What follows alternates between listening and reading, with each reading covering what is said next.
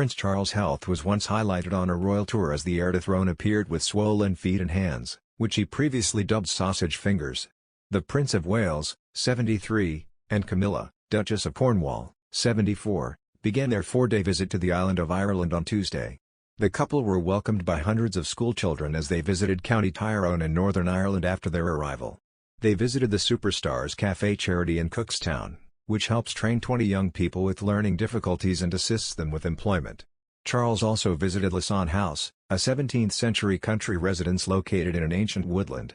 During his tour of the grounds, the prince discovered the secret library and caught up with Loughgall Hedgehog Rescue, which helps nurse injured hedgehogs.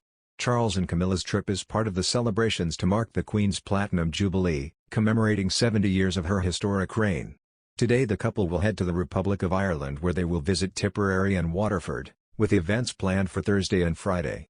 On a previous royal tour to India in 2019, Charles' health was highlighted as eagle-eyed royal fans couldn't help noticing his swollen digits. The heir apparent's bulbous red fingers and toes were on display as he carried out engagements in New Delhi. After a 9-hour flight, the prince hopped on a battery-powered rickshaw as he began his tour of the capital. He stopped off at India's equivalent of the Met Office and also learned about the thick smog, which typically descends over the city each autumn.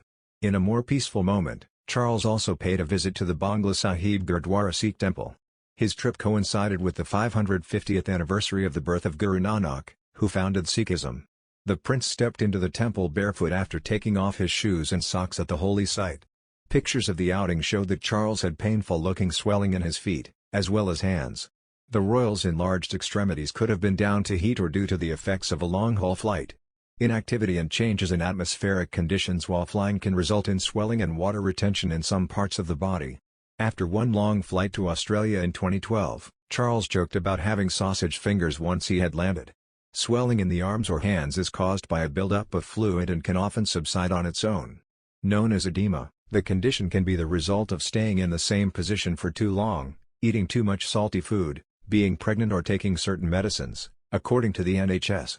Symptoms include swollen or puffy arms or hands and shiny, stretched skin.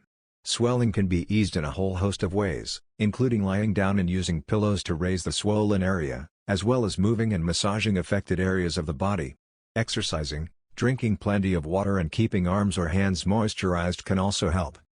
He, Charles, may not take the throne, he may hand it to his young son, Piers said.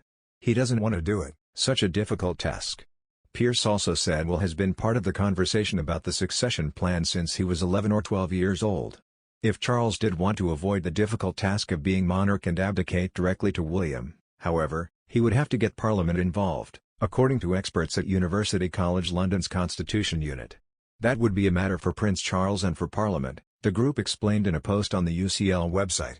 Under common law, Prince Charles will automatically become king the moment the Queen dies. Prince William could only become king if Prince Charles chose to abdicate. That would require legislation, as happened with the Declaration of Abdication Act 1936. The line of succession is regulated by Parliament, as in the Act of Succession 1700 and the Succession to the Crown Act 2013. It can be changed only by Parliament and cannot be unilaterally altered by the monarch of the day. Aside from the legal and logistical issues involved in abdicating, however, the UCL experts pointed out that Charles has waited a long time to become king and that there's a very good chance he'll want to take the throne for at least a few years. After that, however, they could see him stepping aside.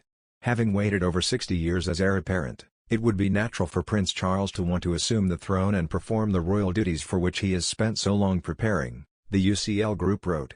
But it would be equally natural if, after reigning for a few years as an increasingly elderly monarch, he chose to invite Parliament to hand on the throne to Prince William.